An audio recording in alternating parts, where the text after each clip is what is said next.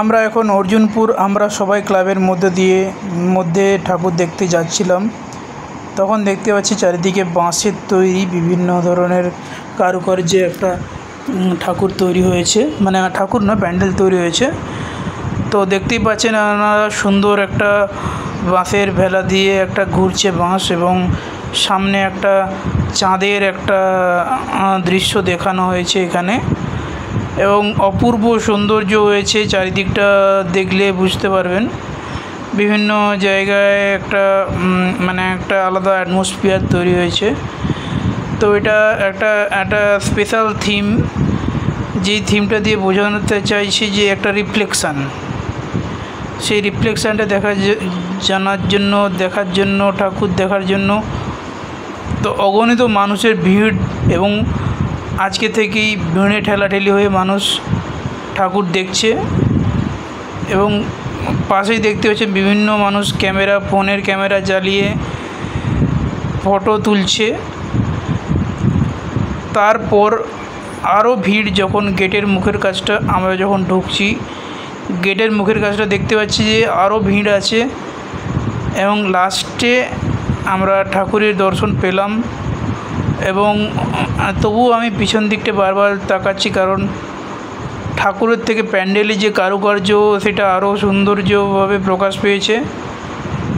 ঠাকুর তো অবশ্যই ভালো হয়েছে, সেটা তো ঠাকুরের সঙ্গে তো তুলনা করা কোনো কিছুই উচিত নয়, তবুও প্যান্ডেলটা আরও সৌন্দর্য হয়েছে। এবং আমরা তিনজনে বেরিয়েছিলাম ঠাকুর দেখতে, এবং এই ভিড়ের মধ্যে আটকে গেছি আমরা। কিছু হেলমেট নিয়ে ঠাকুর ঢুকতে দেখে, কিছু লোকেরা হেলমেট নিয়ে ঠাকুর দেখতে চলে গেছে, এবং পাশে আমাদের ক্যামেরাতে হেলমেটে ধরা পড়েছে।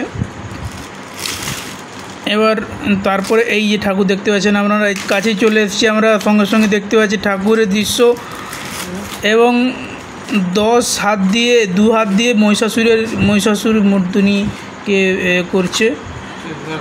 তো সেক্ষেত্রে দেখা যাচ্ছে পুরো নীল আবরণে একটা অকল্পনীয় সৌন্দর্য, যেন সত্যি আমরা ঠাকুর দেখছি। একটা মহাকাশে আমরা বিতরণ করছি, তো মহাকাশে বিতরণের মধ্য দিয়ে আমরা ঠাকুরের যে আবির্ভাব হয়েছে, একটা প্রস্ফুটিত ফুলের ভিতর থেকে বেরিয়ে আসছে। তো সেক্ষেত্রে এই যে উপরের সৌন্দর্যটা যথেষ্ট একটা সৌন্দর্যের দাবি করে রাখে, এবং এখানেই অনেকে দাঁড়িয়ে অনেকক্ষণ দেখছে, এবং পাশাপাশি যারা সিকিউরিটি বা যারা পরিচালক কমিটি তারা দিচ্ছে যে যেতে হবে, তাড়াতাড়ি করে বেরিয়ে যাও, আরও মানুষকে দেখার সুযোগ করে দাও এইখানে।